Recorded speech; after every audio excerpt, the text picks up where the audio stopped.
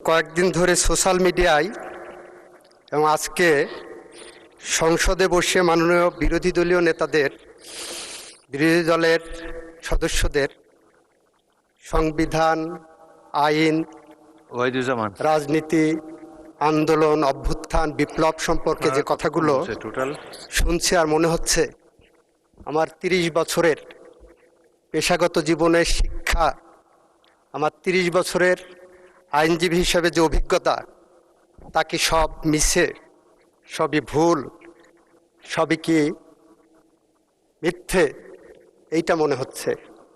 কিছুক্ষণের মধ্যেই আমার সম্বিত ফিরে আসার পরে মনে হলো বিরোধী দলের মাননীয় সদস্যরা ওনারা জানেনই না ওনাদের কিসের উপরে আন্দোলন বক্তব্য রাখছেন।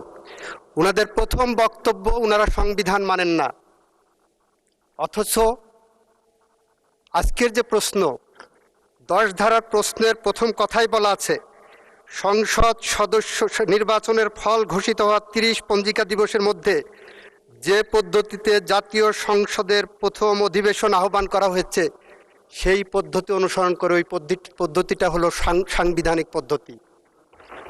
একদিকে বলবেন 72-এর সংবিধান মানবেন না, আর একদিকে পদ্ধতি নেবেন সাংবিধানিক পদ্ধতি।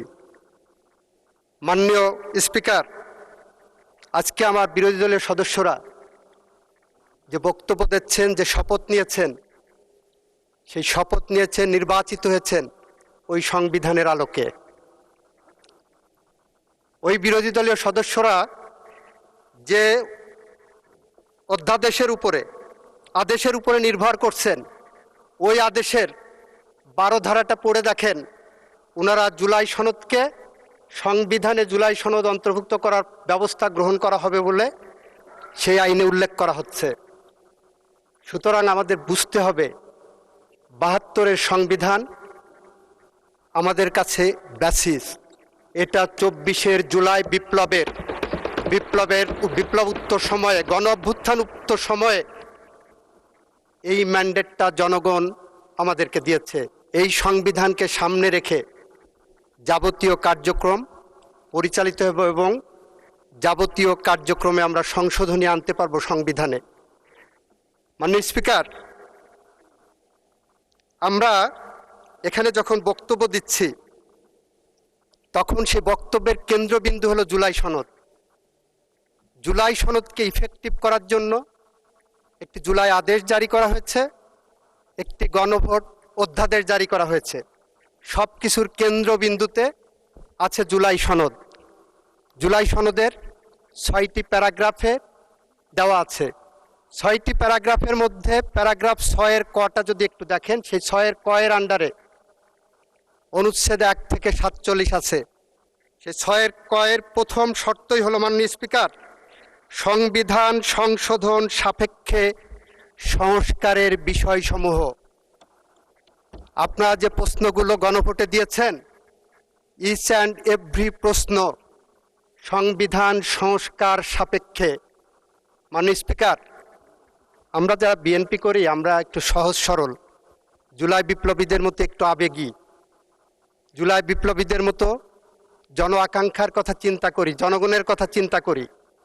আপনি জুলাই সনদের 22 অনুচ্ছেদে যে দেখেন, মাননীয় স্পিকার, আমি যদি বলি বিএনপি এই আবেগ নিয়ে এই জুলাই সনদকে ধারণ করে, মাননীয় স্পিকার, জাতীয় সংসদে নারী প্রার্থী দিয়েছিলেন প্রায় 5%। এই সনদে 22-এ বলা আছে, যদি আমি এইভাবে বলি, জুলাই জাতীয় সনদ 2025 স্বাক্ষরের পরবর্তী সাধারণ নির্বাচনে প্রতিটি রাজনৈতিক দল বিদ্যমান 300 সংসদীয় আসনের জন্য প্রার্থী মনোনয়নের ক্ষেত্রে কমপক্ষে 5% নারী প্রার্থী মনোনয়ন দিবে, তবে এটি সংবিধানে উল্লেখ করা হবে না।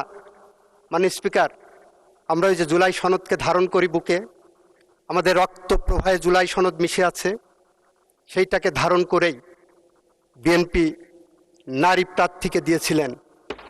ওনারা জুলাই সনদ বলছেন, জুলাই সনদ বলতে বলতে ওনাদের মুখে ফেনা উঠে যাচ্ছে। এইটা স্বাক্ষরের পরে যে নির্বাচন গেছে, সেই নির্বাচনে একজন নারী প্রতিনিধিকে ওনারা মনোনয়ন দেননি। মাননীয় স্পিকার, জুলাই সনদের 23 অনুচ্ছেদে রাখেন, 23 অনুচ্ছেদে বলা আছে ডেপুটি স্পিকার পদে বিরোধী দলের থেকে, এই যে দেওয়া আছে আপনি পড়েন। আপনি মাননীয় স্পিকার, জুলাই সনদের 23 অনুচ্ছেদে বলা আছে, আপনি আমাকে অ্যাড্রেস করেন, মাননীয় ওনাকে স্পিকার, বলবেন না। 23 অনুচ্ছেদে বলা আছে বিরোধী দলের থেকে ডেপুটি স্পিকার দেওয়া হবে। আমাদের মাননীয় প্রধানমন্ত্রী, আমাদের সংসদীয় দলের নেতা জুলাই সনদকে বুকে ধারণ করেছেন, চেতনায় ধারণ করেছেন, আর করেছেন বলেই ডেপুটি স্পিকার পদটি তাদেরকে অফার করা হয়েছিল। মাননীয় স্পিকার, ওনারা জুলাই সনদ ধারণ করেননি, ডেপুটি স্পিকার পদ ওনারা নেননি। মাননীয় স্পিকার, মাননীয় স্পিকার, ওনারা প্রশ্ন তুলেছেন জুলাই সনদ না 72 সংবিধান, জুলাই সনদ না সংবিধান।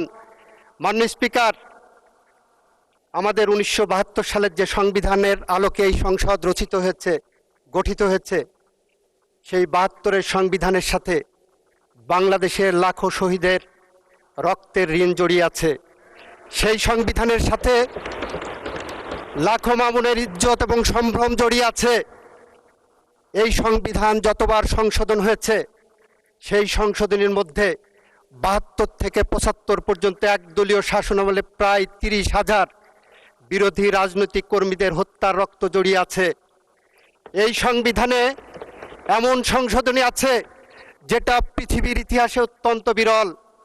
পৃথিবীর ইতিহাসে মাননীয় স্পিকার, সামরিক শাসনের মধ্য দিয়ে বাংলাদেশের গণতন্ত্রের দ্বার উন্মোচন করে দেওয়া হয়, এটার একমাত্র উদাহরণ বাংলাদেশে শহীদ রাষ্ট্রপতি জিয়াউর রহমান করেছিলেন। যে কারণে আমরা বলি বাংলাদেশের যা কিছু শ্রেষ্ঠ অর্জন, তার সব কিছু এসেছে শহীদ রাষ্ট্রপতি জিয়াউর রহমান এবং তার পরিবারের হাত ধরে। আমরা বাংলাদেশের মুক্তিযুদ্ধ এনেছি, আমরা বাংলাদেশের সাংবিধানিক সংশোধনী বহুদলীয় গণতন্ত্র এনেছি, ন্যায় বিচারের পথ উন্মুক্ত করার জন্য আমরা বাংলাদেশের বিচার বিভাগের স্বাধীনতা এনেছি।